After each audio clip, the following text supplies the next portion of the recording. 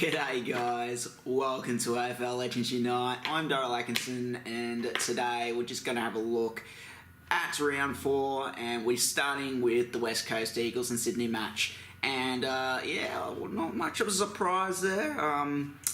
Very disappointing by the Sydney Swans. They do have a young list at the moment, or a young lineup I should say. But yeah, they were still disappointing. A lot of people were expecting them to do some sort of rebound from the last 3 weeks, but yeah, that was never to be the case. They did stick by the game until the later part, or till actually also I think the earliest stage. I think it was like the 8th minute mark or something when West Coast pulled away, kicking in the next 3. But yeah, it was a very impressive West Coast side. They had 11 more scoring shots than Sydney. Unfortunately weren't able to convert them, not many of them anyway. And yeah, they just ran away with a 26-point win in the end. Luke Shuey was absolutely outstanding for the West Coast Eagles, gathering 30 disposals. McGovern also was outstanding. He kicked 2 goals and gave West Coast the breathing space needed in that last quarter to run away to that 26-point win. A lot of structure problem, a lot of turnovers.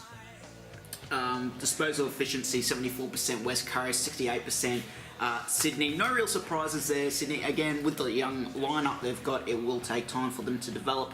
So they're getting an early head start. However, when you look at inside 50s, 57% West Coast to 45% to Sydney. That's actually quite low for both sides. I found that, yeah, that's actually very low. I was expecting West Coast to be in the high 60s, early 70s% efficiency, but yeah, they just couldn't get those scoring shots. They gave away a lot of turnovers, which is why they only had 31 shots at goal to 19 shots by Sydney, 19 out of 42 inside 50s. That's pretty shocking. 31 to 54 for West Coast. That's still even shocking, or just as shocking, you could say.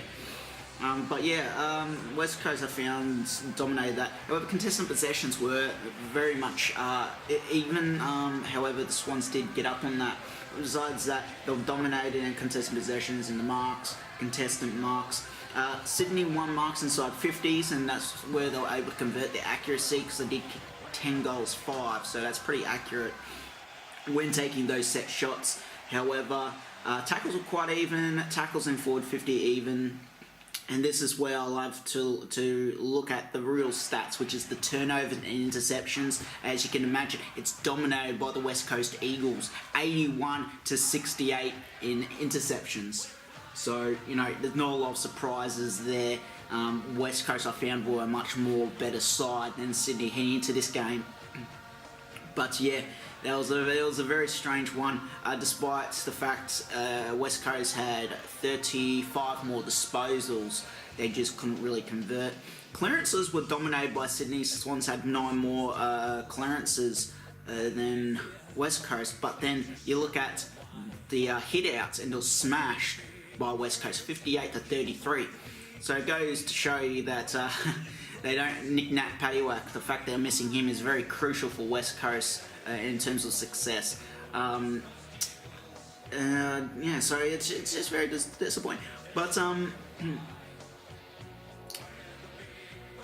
yeah, no club is actually interesting fact. This was I found was no club actually has made finals from a 0-4 start since 1994, the year I was born. So you know that goes to show you that there's a very slim chance Sydney can make it unless they get those key players back from injuries. But yeah, it's very, very much unlikely. The one thing I found also was Cripps was outstanding for West Coast in terms of attacking. He kicked 3 goals. Leclerc, Kennedy, Gaff and McGovern 2 goals each. Hill, Shuey 1 goal each. Franklin and Hayward kicked 2 goals each. Cunningham, Foot, Papley, Florence, Lloyd and Reed all got 1 goal each. So, you know, I feel like Sydney had a bit more of sharing in terms of goal kicking, so that's not too bad. A couple of injuries, both big injuries. West Coast, Mitchell went out with a leg injury while Franklin had some thigh problems. So, and pretty low crowd numbers, 38,065. So, it's about average, but for me, for a game like these are pretty, this is a pretty big rivalry. In fact, I'd go far to say that the West Coast and Sydney rivalry is more stronger than the West Coast. So yeah, I'm still a bit shaky here because I'm just coming back from doing a lot of exercises. So doing a lot of exercise this morning. So I'm kind of just drained on electrolytes. So I'm just trying to get everything all organised. Anyway. I feel like the West Coast and Sydney rivalry is way more bigger than the West Coast and Fremantle rivalry. You disagree with me if you want, but that's what I feel like. I feel like there's more intensity between the two sides than there is when you watch a West Coast and Fremantle game. When I watch a West Coast and Fremantle game, to me it feels like, Carlton and Hawthorn.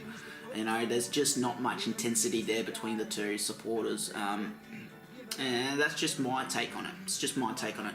But very interesting game. Looking next week for both sides. Sydney go to the SCG, so obviously home game. Against the Giants. That's going to be extremely tough for the Swans. It might even be a smashing. I'm just not feeling like Sydney are going to win a single game by round 5. And round 5, after all, is the Anzac Day round.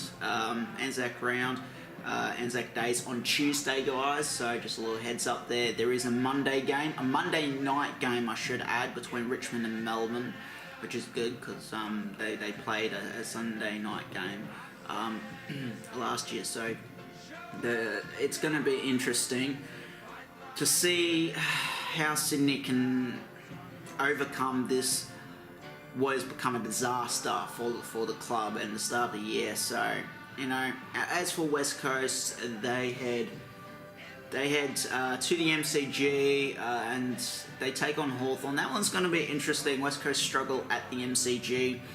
They were shocking in terms of set shots against Richmond. So they haven't won a game since last year. I think it was against Carlton was the last time they won, and even they struggled in that game. They only won by 7 points when Carlton kicked 5 goals straight to get back into that game. So anyway, guys, it's going to be interesting. It's going to be interesting next week. Anzac round.